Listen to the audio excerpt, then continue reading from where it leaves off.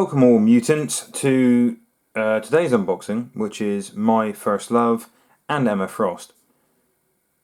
I'm only kidding. That of course was Rogue. But no, in this box we have Emma Frost and Psylocke. So you may notice there's 3 miniatures in this box.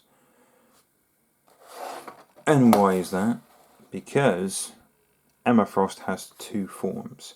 So Emma Frost, also known as the White Queen, can basically turn into an organic diamond, and she is pretty damn tough when she's in diamond form.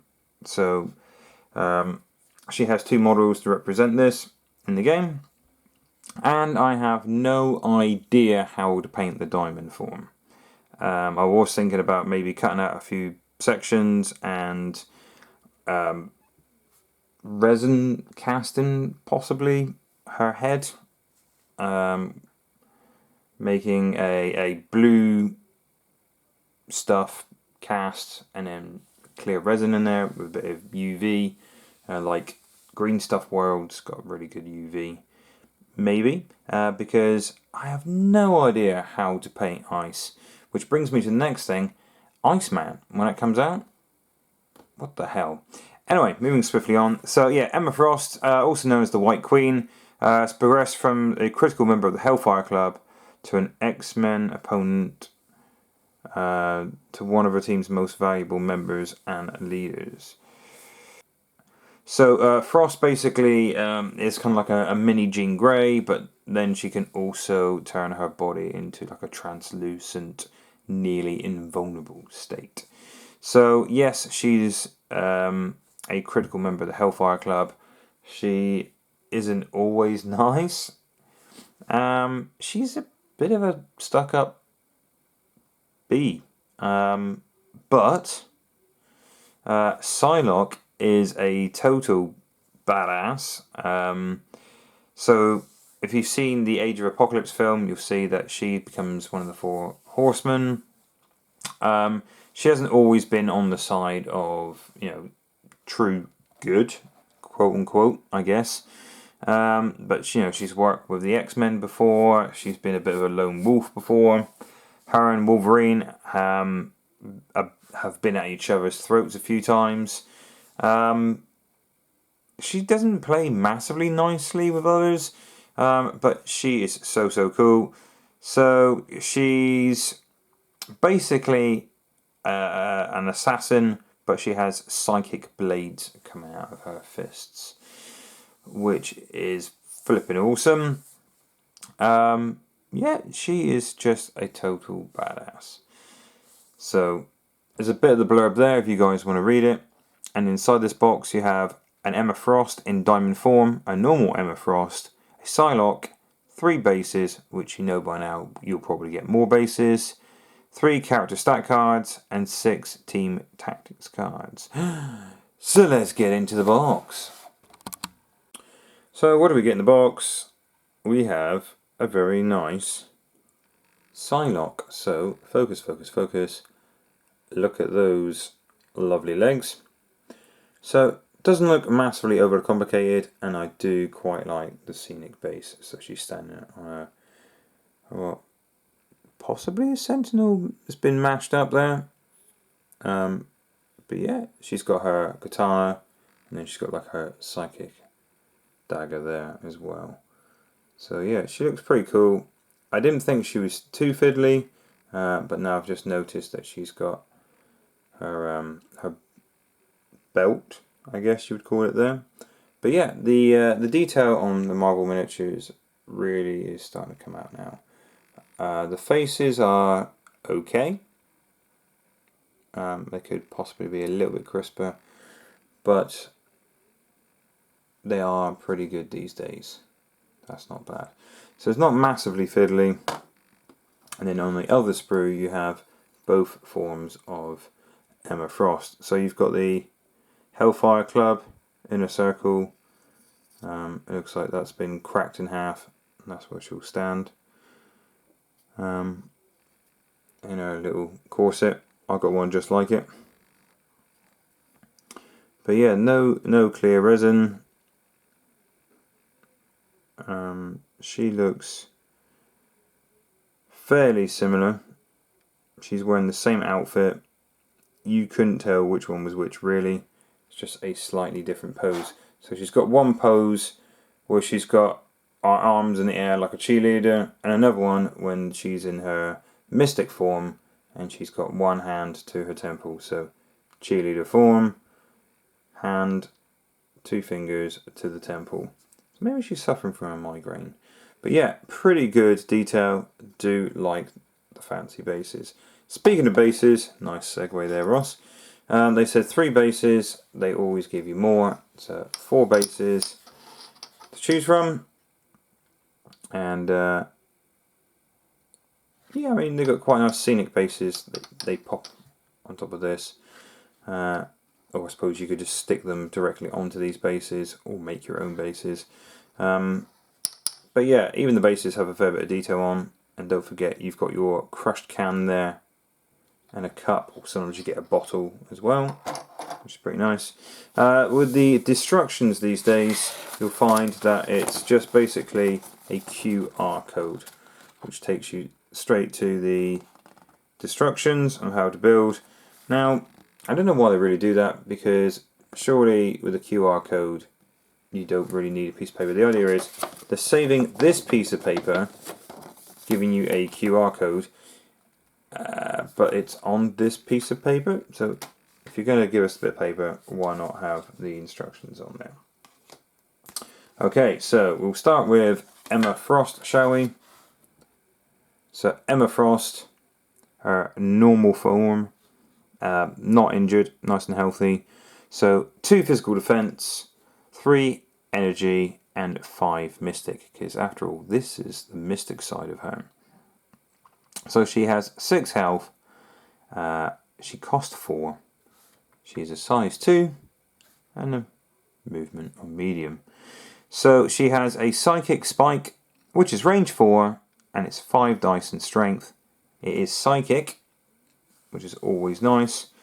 It seems to be an attack that's not as popular as the rest. After this attack is resolved, this character gains power equal to the amount of damage dealt. Fairly standard for some kind of strike. But if she gets a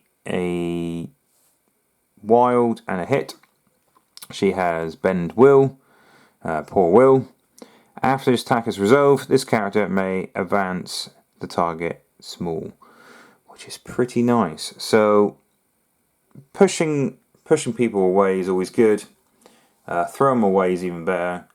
But this is advance the target small. So it's not a push, it's not a pull. You basically move that character small.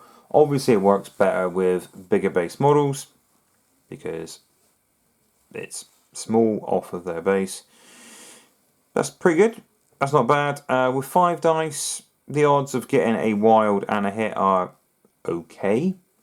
Not amazing, but okay. So yeah, having a push or pull or movement of some kind is always good, especially when it doesn't cost you any power. So that was a 0 power cost. Next, she has Hands Off, which is another psychic attack. It's range 3. It's 8 dice this time, which is pretty damn hefty for 4 power. And if she gets a wild, she has defense trait. Before damage is dealt, if the target character is size 4 or less, this character may throw the target character away small. So throwing is definitely better than advancing or placing or pushing, because you could throw them into a building, auto 1 damage is pretty nice, or you could throw them into another one of their models in their team, and then they have to do a dodge against that particular model, which is pretty nice. It's 8 dice, which isn't bad for 4, with a fairly guaranteed of 8 dice wild, so you get to throw the target away. Now it does say away. Okay, so then we get to the first lot of her powers on a healthy side. So she has diamond form. Well, we knew this was going to happen at some stage. I'll zoom in so it's a little bit easier to read, especially with my old man eyes. Diamond form cost 1 power. when this character is targeted by an attack, it may use this superpower. This character transforms into Diamond Emma Frost. Diamond. Okay, so I'll get into that in a bit, but her stats get muddled around in a different way. She gets different attacks. She's definitely less psychic, basically. For 2 power, she has Shield Mind. When this character or an allied character within range 4 would be advanced, placed, or pushed by effects of an enemy mystic attack or enemy superpower, you may use this superpower. The allied character is not advanced, placed, or pushed. Ebony Maw is the bane of my life. Marcus used to use Ebony Maw quite a bit, and I had cards I thought I could get away with not being placed or pushed. Turns out I can. So this is one of the few things that can counter that. That's pretty nice. But notice it's not by an enemy attack, it's by an enemy mystic attack or enemy superpower. So, yeah, that's pretty good. It's pretty good. Telekinetic deflection for 2. So, if this character would suffer a collision, it may use this superpower. This character does not suffer damage from this collision. That's always nice. I mean, I like to use Brace for Impact quite a lot anyway. But it's specifically this character. It's a shame that you can't stop other characters from getting affected as well, because surely she's psychic, but then I suppose she is kind of greedy and only really cares about herself. Now, she does have an innate passive ability. During this character's activation, enemy characters cannot use superpowers or reactive team tactics cards, which is pretty good. So it's not got a range on this, so they just can't use it during this character's activation. So this character does something, and you're going to go, aha, I can use this. Oh, no, I can't. So you can still attack and things like that, but when this specific character does something, you cannot use superpowers or reactive team tactics cards. Doesn't happen all the time. Remember, you've got it. But it is good when it happens. So, not that I can see any difference. She has 6 health on her injured side. I don't think she changes at all on her injured side. But remember, when she turns into diamond form, throw this away, and she becomes diamond. So, Diamond Emma Frost is very much more physical. So, she goes from 2 physical defense to 4, 3 energy defense to 4, and to be fair, 4 mystic defense isn't bad. She drops 1 mystic defense. So straight away, I would take those odds all day long. If she was in that form all the time, brilliant. But a few other things change as well. So remember, she had mystic attacks when she's in her mystic side. Now she's all about the physical, aren't we all? So we have a physical strike, which is Diamond Strike, range 2, so not so good as our range 4 previously. 5 dice still, 0 cost. After this attack is resolved, this character gains power equal to the amount of damage dealt. Pretty straightforward, pretty baked into most strikes, things like that. On a wild, she has stun, so target gains the stun special condition. And on a crit, we have Pierce. So Pierce is always nice. So you get to change one of the defending characters, crit, wilds, or defense, to a blank. Of course, some characters still like a blank, so it might not be amazing all the time, but Pierce is pretty good. You do get some pretty good spikes off of a Pierce sometimes. So chances of her doing more damage is quite likely. And that's why I like models like X23, stuff like that.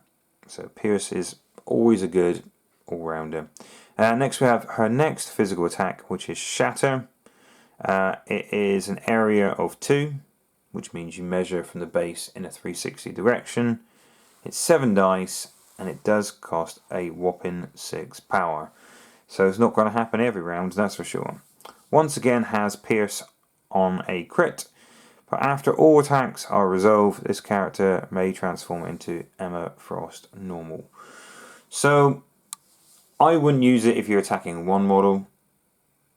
It's not bad if you're using two, but you really need to get into a place where you can hit at least 3 models or more. 6 power, it's not going to happen every game. It's not going to happen every turn, that's for damn sure. Okay, so getting into the first lot of her diamond powers. So sometimes one must get their hands dirty. So this costs 3 power. Choose an interactive terrain feature size 3 or less within range 2 and throw it medium. This superpower can only be used once per turn. So pretty good. Throwing something medium's nice, but within range 2. I suppose she has still got fairly human arms. You know, I'm hoping someone like Mr. Fantastic, when he turns up, will have a lot more interaction with throwing stuff with long arms. Yeah, that's okay. It's not bad. Size 3 or less. It's a shame you can't use it on characters as well. But hey ho, it's okay. It's okay. I always like throwing pieces of terrain anyway. And 3 for size 3. It's okay. Diamond Mind. So not Diamond Mine, but Diamond Mind. She has 4 passive abilities when she's in diamond form, and this is one of them. This character cannot play team tactics cards, so it's a really hindrance on herself, no one else. I don't know what this is. I think maybe she's concentrating in maintaining the diamond form, but hey ho. Far from my best look. Here's the next one.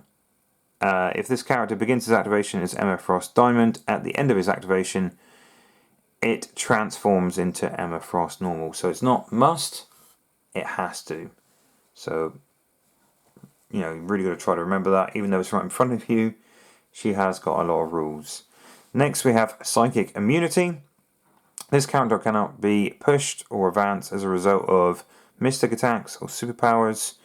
Additionally, when defending against mystic attacks, this character counts blank results in the defense roll as successes. It's really, really nice. I'm not sure how often she's going to be messed around with placement-wise with mystic attacks, but it happens. Like I said, mystic attacks aren't the most common attacks, but if it does happen, she counts blanks. And it's not within range 2, within range 3, it just happens. So if someone's got a really long mystic, maybe Modoc, then, you know, always counting blanks is pretty nice. So she is immune to bleed, incinerate, poison, and stun. So incinerate's always a big one. If someone puts incinerate on you, you roll 1 fewer dice on your defense rolls, which is always nice. Of course, she doesn't bleed when she's in diamond form, so that makes sense. But what happens when she's on her injured side? Absolutely nothing. She's still exactly the same. So 4 stats across the board, and she still has 6 damage. So at least you haven't got to worry about her stats changing, because there is 2 cards for this model, and there is a lot going on. I think this is the first model I own, first character I own that has 2 models in the same box, 2 different forms. So you could have Ant-Man, for example, Wasp, Ms. Marvel. I don't own any of those at the moment. Although, Ms. Marvel, I think she's got some pretty nice rules. Bit of movement tech when she changes sizes, which is always nice in X-Men. And re-rolling dice is always pretty nice as well. Right, so next we have Psylocke. So Psylocke, physical defense is 3, energy is 3, mystic is 4. Because after all, she does have a little bit of that old mystic in her. 6 on the stamina, on the health. She costs 4, size 2, and medium movement. So first one of her attacks is Telekinetic Katana. So this is an energy attack. It's range 2, because it's a sword after all. 5 dice, and once again 0 cost. So, before choosing a target, this character chooses whether the attack type is, ooh, that's pretty nice, Mystic or Energy. That's pretty nice. Yeah, someone might have a bit of a low Mystic defense, and you get to choose. Yeah, definitely pick that. That's pretty nice. That makes sense. After the attack is resolved, this character gains power equal to the amount of damage dealt. Standard. And if she gets a wild, Neuro Disruption. Before damage is dealt, for each wild in the attack roll, the target character loses 1 energy. 1 power.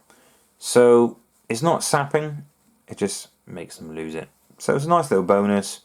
Some models really do want that power, or let's say you've got Iron Fist waiting for his massive Dragon Punch. Yeah, you're just going to try to make them deny it. Next we have Cybo. After his attack is resolved, this character gains 1 power, which is pretty nice. It's range 4, and it's 4 dice. It doesn't cost anything anyway, and being Mystic is pretty nice. So you always gain 1 power for this, so if you really just need 1 more power to do something you really want to do, why not do this? Because range 4 is pretty handy, and you always get 1 power regardless. But if you do get hit, Pursuit, before damage is dealt, this character may advance towards the target character small. That's good. That's good. I mean, range 4 anyway. You hit someone within range 4, you move up small. You're probably going to get within range of the next one, which is Psionic Assault, which is range 3. It's 7 dice for the strength, and it is a whopping 3 power. So 3 power is pretty good for 7 dice, I'm not going to lie. It's range 3 and Mystic. Like I said, Mystic is not massively common. That's pretty nice. Before damage is dealt, the target character gains the stun special condition. So, 3 baked in stun. You don't have to get a wild trigger or anything to get it off. And stun's pretty good, because if you are reducing someone's power, so once again trying to stop them from gaining their big attacks, it's pretty good. It's pretty good. It's baked in. It only costs 3 for 7 dice. I think I'll be aiming for that most of the time. It's pretty good. So, the first lot of her powers. Telekinetic Combat Enhancement. So it does cost 2 power. This character may immediately advance small the next time it makes a telekinetic katana attack. This turn adds 2 dice to the attack roll. This superpower can only be used once per turn. So she's got movement tricks. I want to use her in X-Men because I think she can get around some serious places. So let's say she uses this.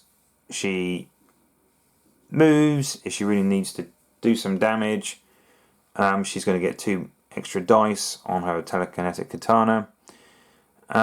Which, to be fair, you don't really need to attack. You can just use it as the movement. Let's say, for example, she X-Men hops. She uses this. Then she does a pursuit, for example. That's not bad. And then she can do her movement afterwards. That's not bad. That's not bad. So she's got tricks. She's got tricks. I don't think this model will be keeping still very long. She's not going to be rooted in one spot. But if you really do need to get 2 extra dice, why not? You've got movement on it as well. Telepathic Precognition. While this character is attacking or defending, during the modified dice step of the attack, he may spend any number of power to use his superpower. For each power spent, this character may reroll one of its attack or defense rolls, defense dice even. This superpower can be used only once per turn.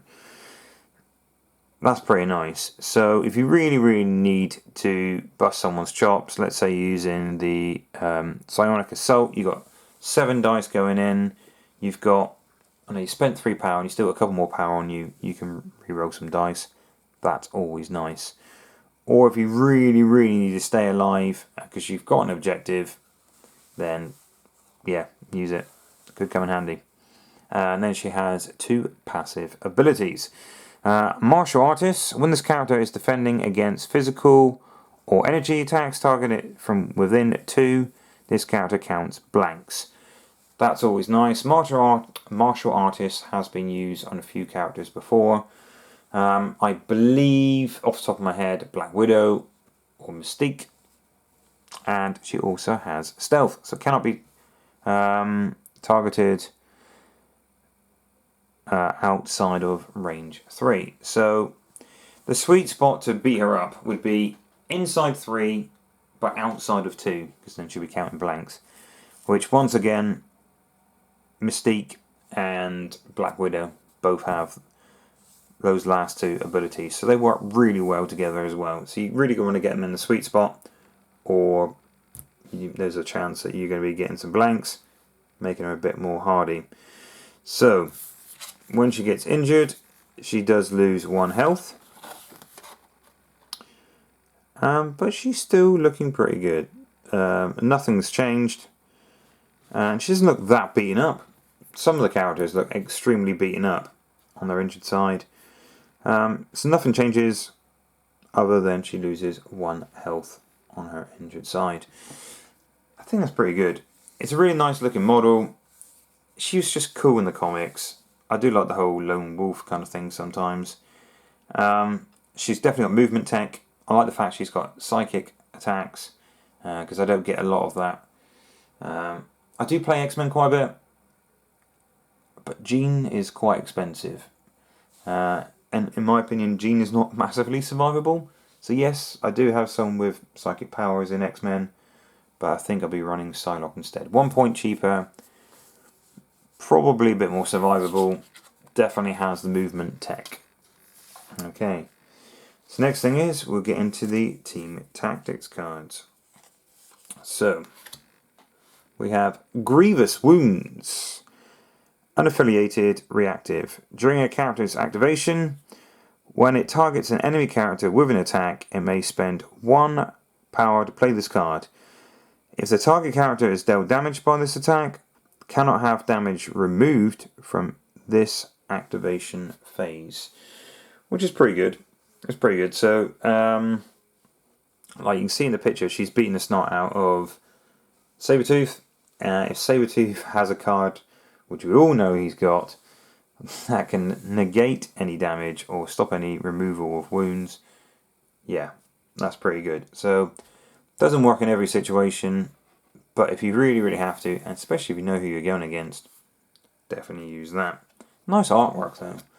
So that card's been out there before, but not with that artwork. Psionic Constructs, so unaffiliated and reactive. When an allied character within range 3 of an allied Psylocke targets an enemy character with an attack, Psylocke may spend 2 power to play this card. The attack type is now Mystic. The allied character may re-roll any number of its dice during this attack. That's hot. I like that. So sometimes you really have to get that Mystic out there, because that's their weakness. I don't know. We're going into Wolverine, for example. And you get to re-roll. What's there not to like? Even if it doesn't improve the amount of dice that you roll, it doesn't reduce the amount of dice your opponent rolls, because their Mystic defense is still as good as whatever defense you were using previously. It's the fact that you can re-roll any number of dice. I do like that. That's a very nice card. Head Mistress. Uncanny X-Men, active. During Emma Frost's activation, she may spend X power to play this card. For each power spent, an ally Uncanny X-Men character that's not holding an objective may advance small. So, advancing someone small is always good, but unfortunately they cannot hold an objective. That would have been amazing. So I think it's better than, to me, my X-Men, because they move medium for a start. They don't have to move towards her, but unfortunately they cannot do it if they're holding an objective. So I think, to me, my X-Men and that card in the same list, if you want to do some movement kind of jank, why not put it in there? I generally have the same kind of 10 cards for my X-Men, but now with this pack, it's really making me think. Swapping out a couple of those for sure. It's a nice card, it really is. Okay, one for Emma Frost. It's nice to share, right? Mind Transfer. Unaffiliated and active. During Emma Frost's activation, she may spend 4 power to play this card. Choose an enemy character with an activate token within 3 of Emma Frost. Move an activate token from the chosen character to another enemy character that does not have an activate token within 2 of them. That's pretty nice. That's pretty nice. So, unfortunately, the character that you've taken the activate token off can activate again. But let's say it's someone who's not very good, or it's a character that can't hold another objective token, because some missions out there won't let you hold more than one, and you're worried the model within 2 of it is going to activate next and pick up said objective. Yeah. Mess with your opponent. Mess them about. That's pretty nice. Does cost 4. Kind of situational. But maybe it's a nice little counter because it makes people think twice about bunching up playing against Emma Frost. Nice card. Nice card. So, my Hellfire Club. Unaffiliated. Reactive.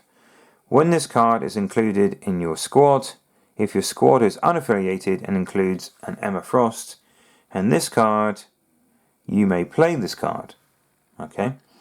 Your squad is now using the Hellfire Club affiliation. Regardless of other affiliated characters, Emma Frost gains the following leadership ability. It is your active leadership. So basically, it's a leadership card. Emma Frost now makes the Hellfire Club. So, White Queen's Pawns. Affiliation, Hellfire Club. Once per round, at the end of an allied character's activation, Emma Frost may use this leadership ability. When she does, all other allied characters contesting or holding objective tokens gain 1 power. That's always nice. And remove 1 damage. Even better. So basically, if you're playing the game, because it's all about those objectives, you're going to gain 1 power and remove a wound. All other allied characters not contesting or holding an objective token lose 1 power and suffer 1 damage. So if you're playing the game, you're fine. If you're not, or there's a mission where you get pushed off the objectives, or your opponent's the kind of affiliation that pushes you around, this is probably going to hurt. Emma Frost gains 1 power for each power lost this way and removes 1 damage for each damage suffered in this way. So like I said, she's quite a selfish character. She's going to be fine. Everybody else, not so much. So your opponent can really play to this as well. So it's the end of the round and they push you off an objective and you've only got 1 health left.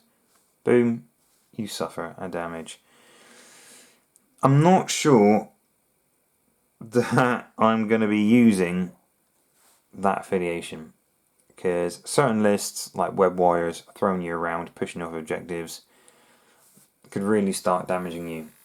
I mean, it's quite fun and very thematic. I think Marvel Crisis Protocol, Atomic Mass games, they've done a very good job to make these cards thematic, very, very much like the characters in the cartoons and the comics. Here we have Crimson Dawn. Unaffiliated, reactive. When an allied Psylocke flips her stat card To its injured side, she may spend 3 power to play this card. Psylocke gains the superpower shown below. It's going to happen. At some point, she is going to take an absolute pasting. You probably got 3 power on you because you've taken a pasting. So now she has this passive ability. At the beginning of this character's activation, and after each of its actions, this character may place itself within 1. That's nice. So she was fairly mobile before, because she's practically a ninja. Now she's really mobile. Additionally, this character gains healing factor. So once again, I like to leave healing factor cards in my X-Men roster. So if I'm playing her, that card's going to be good with yet another character in my list. It's a nice card. I really do like that. So more movement tech and healing factor. Yeah, she's got to be injured, but I think she's going to be okay with that. So it's really, really nice. You can see probably from the tone of my voice. See from the tone of my voice? Hear from the tone of my voice that Psylocke is more my bag, especially playing X-Men. But it'd be interesting to see how Emma Frost gets on, because I do like her diamond form. That's more my playstyle. But she has to revert back to her normal form. So you've really got to think ahead. And that's not me. I'm not very thinky. But I know Marcus from my local gaming club and a good friend of mine who's been on the channel. He has played her a couple times. I haven't met up with him and spoken face to face how he's got on with her. But I didn't think he had a massively good time. But I'm sure, like most characters in this game, the more you play it, the more secrets will be revealed. Yeah, so really do rate the models. I think it's a pretty good box. You get a lot of cards in the box, and you get 3 models. So yeah, we'll see. I'm definitely going to assemble Psylocke, and I'm going to be painting her up first things first. Although I do have probably about 12 Marvel models that I really need to get my bum in gear and paint, like pretty much all of the Asgardians. But yeah, like I said, I've always liked Psylocke. Emma Frost was very, very selfish in the comics and the cartoons, and even in the First Class film. And I think her rules really do reflect that as well. But both characters have been around for a while. But I mean, she has actually pulled herself together, and she does eventually become a superhero. But I never trusted her for a long time. Like, even when she was apparently good. And she gets around a bit, if you know what I mean. So she's been in the Hellfire Club, obviously. Cabal, X-Men, Phoenix 5. She's been in loads. Dark X-Men as well. I'm sure the list goes on. I reckon there's at least 10 different affiliations in the comics that she's been in.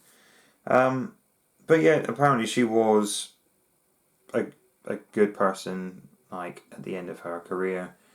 I always thought that, is she like a sleeper agent, a double agent? Yeah, I mean, she did look pretty cool in the films. I did like when she got turned into Diamond, even though it didn't work out too well for her. Spoiler alert, she gets her throat pretty badly crushed. But her powers are good, I suppose, in the game and in the comics. So never had much time for her. Whereas Psylocke, not just because like 14-year-old Ross fancied her, but I just think she's cool. Like, she's got the superhero landing down to a T. In the Age of Apocalypse film, when she just leaps into the air and cuts a vehicle in half with her sword, she's just like all kinds of badass. Like, but yeah, she's been in a few as well. I mean, obviously she was one of the Horsemen of the Apocalypse, but X-Men, X-Force. I just really, really would like Apocalypse in Crisis Protocol. And I think he should have 2 forms as well, like regular size and huge, like Dormammu, for example, because he can change his size. And she would be awesome as like Horseman of the Apocalypse. So let me know what you think in the comment section below. But if you had Apocalypse, imagine having a very similar card to like Hellfire Club, where you could play that card and you could turn those characters into dark versions of themselves. Because there's been Dark Beast, obviously Wolverine's been one of the Horsemen. So, like I said, so Psylocke. Quite a few characters have. And imagine Archangel. Archangel just looks badass. So please, if anyone's listening, Apocalypse and Archangel would be wicked. But yeah, just spitballing now. If you've got any ideas, please put in the comment section below. And hopefully you enjoyed this unboxing video of yet another Marvel Crisis Protocol.